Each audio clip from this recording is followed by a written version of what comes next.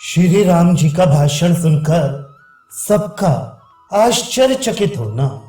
श्री वाल्मीकि जी कहते हैं, भरद्वाज, कमल नयन राजकुमार श्री राम जब इस प्रकार मन के मोह का निवारण करने वाली बात कहने लगे, तब वहां बैठे हुए सब लोगों के नेत्र आश्चर्य से खिल उठे।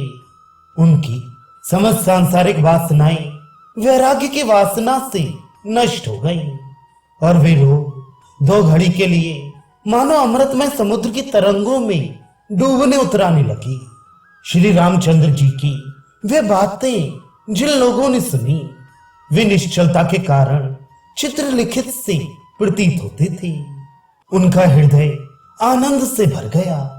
सभा में बैठकर जिन श्रवण समर्थ पुरुषों ने श्री राम की बातें सुनी, उनके नाम इस प्रकार हैं: वशिष्ठ, विश्वामित्र आदि मुनि, मंत्रणा कुशल जयंत और दृष्टि आदि मंत्री, दशरथ आदि नरेश, पुरवासी, पार्श्व आदि संकर जाति के लोग, विभिन्न सामंत, लक्ष्मण आदि राजकुमार, वेदवेत्ता ब्राह्मण, भृत्य और अमात्य, अपने महल की खिड़कियों में बैठी हुई महारानी कौशल्या आदि वनिताएं भी निश्चल होकर श्री राम की बातें सुन रही थीं। उस समय उनके आभूषणों की खनखनाहट तक नहीं होती थी।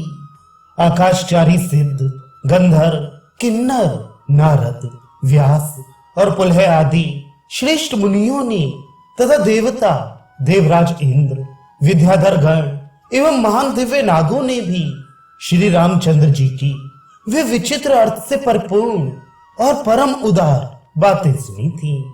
रघुकुल रूपी आकाश की चंद्रमा तथा शशि से भी सुंदर कमल नयन श्री रामचंद्र जी जब उपर्युक्त बातें कहकर चुप हो गए, तब साधुवाद के गंभीर घोष के साथ आकाश से सिद्ध समूहों द्वारा ऐसी पुष्प वृष्टि की गई जिससे वहां चंदोवा सा तन गया। फूलों की उस वर्षा में ढेर के ढेर केवड़े के फूल चक्कर काट रहे थे। कमलों के गुच्छ अपनी अद्भुत छटा दिखा रहे थे। कुंद पुष्पों की राशि झड़ रही थी तथा हवा में उड़ते हुए नील कमलों के पुंज बिखर रहे थे। उस महल के आंगन की भूमि पट गई। घर, छत और चबूतरे आच्छादित हो गए तथा नगर के सभी स्त्री पुरुष अपनी गर्दन ऊंची करके उस पुष्प वर्षा की शोभा निहारने लगे। आकाश में खड़े हुए अदृश्य सिद्ध समूहों द्वारा की गई वह पुष्प वृष्टि आधी घड़ी तक लगातार होती रही। सभा और उसमें बैठे हुए लोगों को आच्छादित सा करके जब वह पुष्प वर्षा बंद हुई, तब सभासदों ने सिद्ध समूहों का ये वार्तालाप अपने कानों से सुना। सृष्टि के आरंभ से लेकर अब तक सिद्धों के समुदाय में रहकर स्वर्ग के सारे प्रदेशों में घूमते हुए हम लोगों ने आज ही वेदों के सारभूत एवं कानों के लिए अमृत के समान सुखद यह अपूर्व प्रवचन सुना है। वीतराग होने के कारण इन रघुकुल चंद्र श्री राम ने जो उदार बातें कही हैं, उन्हें संभवतः बृहस्पति जी भी नहीं जानते होंगे।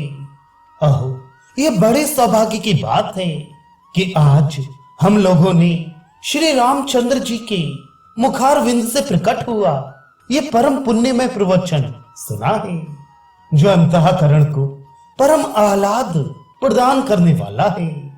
इन रघुनंदन ने इस समय आदर पूर्वक जो उचित भाषण किया है, वे शांति रूपी अमृत से भरा होने के कारण परम मनोहर है। इस भाषण में श्रेष्ठता का पद प्राप्त कर लिया है। यह प्रवचन सर्वोत्तम सिद्ध हुआ है। इसके द्वारा हमें भी तत्काल ये ज्ञान हो गया कि स्वर्ग आदि के सुख भी निस्तार है। रघुकुल तिलक श्री राम के द्वारा उठाए गए इन पावन प्रश्न वाक्यों का महर्षि लोग जो निर्णय करेंगे उसे भी सुनना उचित होगा। नारद, व्यास और पुलह आदि मुनीश्वरों, आप सभी महर्षि उस निर्णय को निर्विघ्न रूप से सुनने के लिए शीघ्र यहाँ पधारे।